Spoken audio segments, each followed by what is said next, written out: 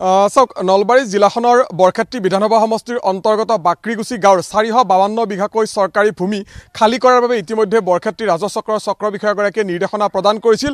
10 জুনৰ পূৰ্বে এই ভূমি খালী কৰাৰ নিৰ্দেশনা প্ৰদান কৰা হৈছিল যদিও এই মুহূৰ্তলৈকে আজি হেতু 10 জুন আৰু পুৱাৰ ভাগত আমি এই মুহূৰ্তত আহি বাক্ৰীগুচি গাঁৱত উপস্থিত হৈছোঁ আৰু এই মুহূৰ্তলৈকে ইয়াত এটা পৰিয়ালৰ কোনো ধৰণৰ তেওঁলোকৰ যিসমূহ বাসগৃহ সেই বাসগৃহসমূহ খালী কৰা নাই, যাৰ পৰিপ্ৰেক্ষিতত যিকোনো মুহূৰ্তত এতিয়া উচ্ছেদৰ সম্ভাৱনা দেখা দিছে। যিকোনো মুহূৰ্তত প্ৰশাসনৰ বুলডোজাৰ চলিব পাৰে। এই মুহূৰ্তত উপস্থিত আছোঁ বাক্ৰীগুচিত থকা এখন অন্যতম শিক্ষানুষ্ঠান, এয়া হ'ল সূৰ্যভানু প্ৰাথমিক বিদ্যালয় আৰু এই বিদ্যালয়খন 1981 চনত স্থাপন কৰা হৈছিল।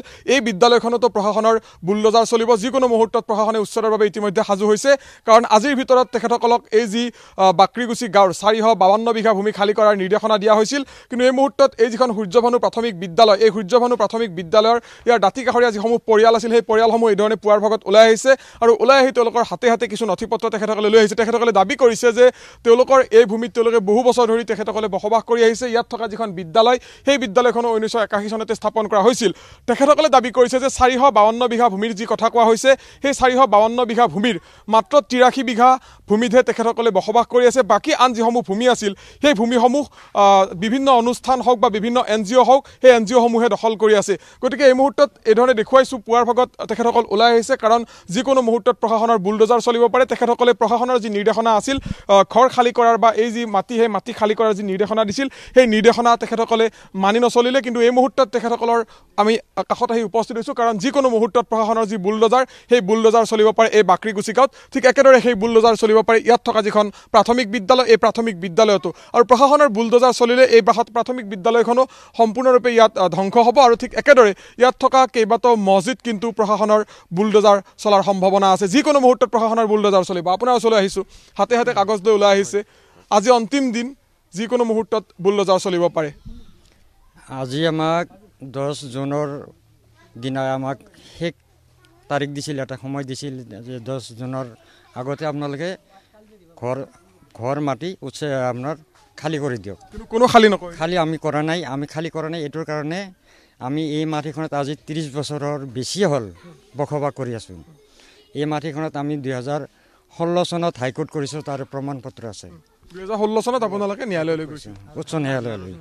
তাৰপিছত আমাৰ এই মাটিখনত আমি চৰকাৰী হিচাপে আমি খাজনা বহন কৰি আছোঁ, এই আমাৰ প্ৰমাণ পত্ৰ। তাৰপিছত আপোনাৰ খাজনা কিমান চনত দিছিল? 2005 মানে আপোনালোকে এইটো কথা ক'ব বিচাৰে যে আপোনালোকৰ যাৱতীয় যিখিনি নথি পত্ৰ, সকলোখিনি নথি পত্ৰ আপোনালোকৰ আছে, একদম ক্লিয়াৰ আছে আমাৰ নথি পত্ৰ। তাৰপিছত আপোনালোকে ভোটদান কৰি আহিছে নে? ভোটাধিকাৰ কৰি আছোঁ, ভোটদান কৰি আহিছোঁ। তাৰপিছত আমাৰ চৰকাৰী নিয়ম মতে আপোনাৰ বসুন্ধৰা 1-2 কিবা ফৰ্ম ফিল আপ কৰিছিল, সেই আমি কৰিছোঁ, এই আমাৰ প্ৰমাণ আছে। তাৰপিছত মই দেখিছোঁ গোটেইখিনি কাগজ পত্ৰই আপোনালোকে থকা বুলি দাবী কৰিছে, বা মই দেখিছোঁ আপোনালোকৰ প্ৰায়খিনি কাগজ পত্ৰ আছে। কিন্তু কথাটো হ'ল, যেতিয়া প্ৰশাসনে নিৰ্দেশনা দিলে যে 452 বিঘা ভূমি এই বাক্ৰীগুচি গাঁওখনত আছে, আৰু আপোনালোকে দাবী কৰিছে যে আপোনালোকৰ ইয়াত যিকেইটা পৰিয়াল আছে মাত্ৰ 82 নে 83 বিঘা ভূমিত আপোনালোক আছে, বাকী ভূমিখিনি অনুষ্ঠান প্ৰতিষ্ঠান বা NGOসমূহে দখল কৰি আছে, আপোনালোকে দখল কৰা নাই। হয়, এইটো একদম সম্পূৰ্ণ মিছা কথা। 452 বিঘা 1 কঠা 14 লেচা মাটি আমাক। কিন্তু প্ৰশাসনে যিহেতু কৈছে যে গোটেই ভূমিতে বুলডোজাৰ চলিব, কেৱল আপোনালোকৰ পৰিয়ালসমূহে যে উচ্ছেদ কৰা হ'ব সেই ধৰণৰ কথা কোৱা নাই। প্ৰশাসনে কৈছে যে গোটেই 452 বিঘা ভূমিত যি অনুষ্ঠান আছিল, যিসমূহ মানুহ আছিল, প্ৰতিটো পৰিয়ালতে বুলডোজাৰ চলিব। এইটো এতিয়া চৰকাৰৰ, মাননীয় চৰকাৰৰ কথা। এতিয়া যদি আমি ইমানখিনি কাগজ পাতি, ইমানখিনি সহায় সহযোগিতা বিচাৰাৰ পিছতো যদি আমাৰ এই 93টা ঘৰত যদি ভাঙি দিয়ে, আমাক ভাঙি দিয়াতকৈ আমাক ইয়াতে মাৰি থৈ যাওক, আমি নাযাওঁ। কিন্তু আপোনালোকে সময়সীমা বিচাৰিব নেকি? কাৰণ আপোনালোকক 7-8 দিন আগতেই নটিচখন দিয়া হৈছিল, আপোনালোকে এতিয়ালৈকে ঘৰ খালী নকৰা নাই। এইটো আমি খালী কৰিব নে নাই? এইটো আমি খালী কৰাৰ কাৰণে আমি আমাৰ ডিষ্ট্ৰিক্টৰ আমি কিবা এটা সময় বিচাৰিছিলোঁ, এতিয়া ডিষ্ট্ৰিক্টে আমাৰ সময়টো আমাক দিয়া নাই, সেইকাৰণে আমি খালী কৰা নাই। আমি এই মুহূৰ্তত এই বানপানী চাৰিওফালে পানী সমস্যা, আমি এই খালী কৰিব পৰা অৱস্থাত নাই। কি ক'ব বিচাৰিব? আপোনালোকে ঘৰ খালী কৰিব নে নাই? আমি খালী নকৰোঁ। আমি খালী কৰি কিনে ক'ত যাম? আমি কি কৰিব? আমি খালী নকৰোঁ। আমি মুখ্যমন্ত্ৰীৰ ওচৰত আহ্বান কৰিছোঁ, আমাৰ দুখীয়া মানুহখিনিক আশ্ৰয় দিয়ে যাতে, তেখেতক বিনামূলীয়াভাৱে অনুৰোধ কৰি আমি কাতৰভাৱে অনুৰোধ কৰিছোঁ। ঠিক আছে, মই আৰু আন কথা পাতিম। আপোনালোকে ঘৰ খালী কৰিব নে নাই? আজি শেষ দিন, কি কৰিব এতিয়া? আমি খালী নকৰোঁ। খালী নকৰে? নকৰোঁ, ইয়াতে থাকিব। কিন্তু প্ৰশাসনে কৈছে যে খালী যদি কৰা নহয় তেতিয়াহ'লে যিকোনো মুহূৰ্তত উচ্ছেদ চলা হ'ব, অৰ্থাৎ ঘৰ ভাঙি দিয়া হ'ব। ঘৰ ভাঙি দিলেও যি কৰে কৰক। আমাক যি কৰে কৰক, কিন্তু আমি আমাৰ- ইয়াৰ পৰা নাযাওঁ। আমি ইয়াতে মৰিম, যিহেতু মানে আমি ইয়াত আছোঁ, যিহেতু সৰুৰ পৰা ইয়াতে ডাঙৰ হৈ আছোঁ, আমি ইয়াতে মৰি যাম, ইয়াৰ পৰা যাব নোৱাৰোঁ। আমি ক'ত যাম? আমি ভাংনামাৰি যেতিয়া কালাৰ চৰ যেতিয়া ভাঙি গ'লে তেতিয়া আমি ইয়াতে আহিছোঁ। অহাৰ পিছত আমি এতিয়া এইবিলাক মাটি মানে ব্ৰহ্মপুত্ৰ নদীত পৰি আছে, আমি ক'ত যাম? আমাৰ যাৰ জেগা নাই। ইয়াতে মানে কি আমাক চৰকাৰে মাৰি পেলোৱাটো বেছি ভাল। আমি আপোনালোকৰ ইয়াত প্ৰায় 93টা পৰিয়াল আছে। 93টা পৰিয়ালৰ কিমান সদস্য আছে, কিমান মানুহ আছে এই অঞ্চলটোত?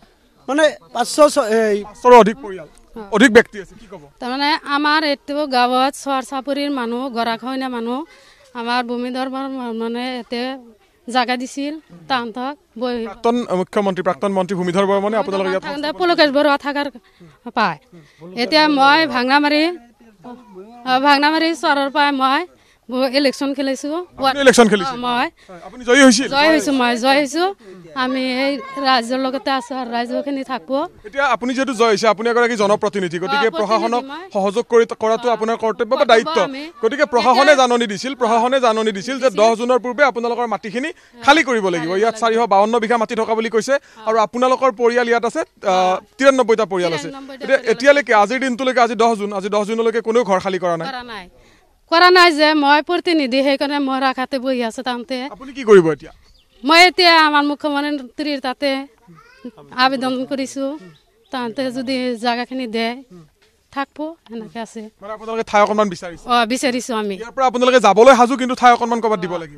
দিব লাগিব, জাগাখিনি দিব লাগিব। দুখীয়া মানুহ আমি ক'ত দিম? আপোনালোকে ইয়াত থকা 452 বিঘা ভূমিৰ যি 93 বিঘা ভূমিত আপোনালোক আছে, এইখিনি আপোনালোকে খালী কৰাৰ কাৰণে সাজু আছে, কিন্তু আপোনালোকক বিকল্প স্থান দিব লাগিব। ধান দিব লাগিব। আমাৰ ইয়াৰ পৰা খালী নকৰে, এখেতসকলে খালী কৰিব নালাগে। খালী ক'ত কৰি যাব? ঘৰৰ পৰিয়াল মাইকী মানুহে হাজিৰা কৰি খায়, ক'ত যাব? ঠিক আছে বাইদেউ, কি কৰিব এতিয়া? এতিয়া মানে আমি ঘৰ চৰ ভাঙি ক'তো যাব নোৱাৰিম, যিহেতু মানে আমাৰ মানে বানপানী আহিছে ইফালে, ক'ত যাব? চবতে দুখীয়া মানুহ ইয়াতে। ঠিক আছে, যুৱ প্ৰজন্মৰ প্ৰতিনিধি আছে, তুমিও এগৰাকী শিক্ষাৰ্থী নহয় জানো? পঢ়ি আছা? কোন ক্লাছত পঢ়ি আছা? 6 ক্লাছ 6। এইখন বিদ্যালয়তে ক'ত পঢ়া? নহয়, মই শংকৰ মাধৱ হাইস্কুলত পঢ়ো। শংকৰ মাধৱ হাইস্কুলত। এইখনত পঢ়িছিলা নে আগতে? পঢ়া নাই। এতিয়া ঘৰ খালী কৰাৰ নিৰ্দেশ দিছে, কি ক'বা? এতিয়া আমি ঘৰ খালী কৰি ক'ত যাম? আমি দুখীয়া মানুহ, এতিয়া আমি ক'ত যাম? আমাৰ এতিয়া মাটিখিনি দিব লাগিব। মই এতিয়া ক'তো নাযাওঁ, ইয়াতে মৰিম আমি। ইয়াতে মোৰ জন্মস্থান। ইয়াতে জন্মিছিলা? কিন্তু প্ৰশাসনে ডেডলাইন দিছিল, আজি অন্তিম দিন, ঘৰ ভাঙিব কৈছিল, কিন্তু ঘৰ কোনো ভঙা নাই। কোনো নাভাঙে ঘৰ, ক'ত যাব? দুখীয়া মানুহ। মানুহকেইটা লৈ পেলাই মাৰি থৈ যাওক, ভাঙি দিবা নালাগে। মানুহকেইটা মাৰি থৈ যাওক, নিশ্চয়কৈ এই ধৰণে দেখিবলৈ পোৱা গৈছে। ইয়াত থকা যিকেইটা পৰিয়াল, তেখেতসকলে কৈছে যে ইয়াত 93টাকৈ পৰিয়াল আছে, আৰু 93টাকৈ পৰিয়ালে আজি দিনটোলৈকে তেখেতসকলে ঘৰ খালী নকৰিলে। তেওঁলোকে ঘৰ খালী নকৰোঁ বুলি কৈছে, তেওঁলোকে মৰিলেও ইয়াতেই মৰিব, কিন্তু তেখেতসকলে কোনো পধ্যেই ঘৰ খালী নকৰে, সেই দাবী তেখেতসকলে কৰিছে। কিন্তু আমি এই মুহূৰ্তত NU24 দৰ্শকক এই কথা জনাব বিচাৰিছোঁ যে নলবাৰী জিলাখনৰ বৰক্ষেত্ৰী বিধানসভা সমষ্টিৰ অন্তৰ্গত যি বাক্ৰীকুচি গাঁও আছে, বাক্ৰীকুচিৰ 452 বিঘাকৈ ভূমিত চৰকাৰী যি ভূমি আছিল, সেই ভূমি খালী কৰাৰ বাবে প্ৰশাসনে নিৰ্দেশনা প্ৰদান কৰিছিল, আৰু সেই ভূমিৰ অধিকাংশ ভূমিয়ে কিন্তু বহু অনুষ্ঠান, বহু NGOই দখল কৰি আছে। তাৰ ভিতৰত প্ৰায় 100 বিঘা তেখেতসকলে দাবী কৰিছে যে 93 বিঘা ভূমি, সেই 93 বিঘা ভূমি বুলি তেখেতসকলে দাবী কৰিছে।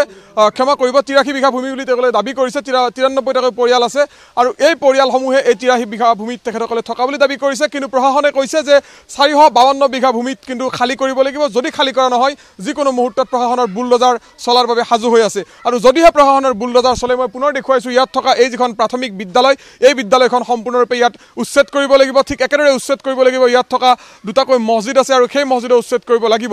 আৰু যাৰ পৰিপ্ৰেক্ষিতত ইয়াত যিসকল লোক আছে, এই লোকসকলে এই ধৰণে ওলাই আহিছে, কণ মইনাসকল ওলাই আহিছে, আৰু সকলো ওলাই আহি তেখেতসকলে কৈছে তেখেতসকলৰ হাতত সকলো ধৰণৰ যিখিনি কাগজ, সেই কাগজখিনি তেখেতসকলৰ আছে।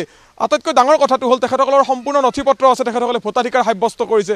তাৰপিছত প্ৰশাসনৰ এই যি জাননী, সেই জাননী পাই তেখেতসকল কিছু পৰিমাণে ক্ষোভিত হৈ পৰিছে। কিন্তু প্ৰশাসন নাচৰবান্দা মুখ্যমন্ত্ৰীগৰাকীয়ে ইতিমধ্যে নলবাৰীত আহি উপস্থিত হৈ কৈছিল যে যিখিনি আচলতে চৰকাৰী ভূমি, সেই চৰকাৰী ভূমি সম্পূৰ্ণৰূপে উচ্ছেদ কৰা হ'ব। মুখ্যমন্ত্ৰীগৰাকীয়ে সেই কথা ইতিমধ্যে স্পষ্ট কৰি দিছে। ন' কম্প্ৰমাইজ যি চৰকাৰৰ নীতি, চৰকাৰী ভূমি দখলৰ ক্ষেত্ৰত সেই ন' কম্প্ৰমাইজ নীতি চৰকাৰে গ্ৰহণ কৰিব বুলি উল্লেখ কৰিছে।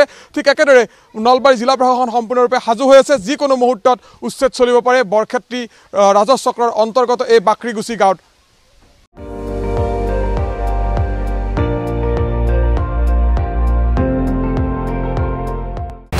আপুনি চাই আছে ND24 সৰ্বশ্ৰেষ্ঠ নহয় সৰ্বোত্তমৰ দৌৰত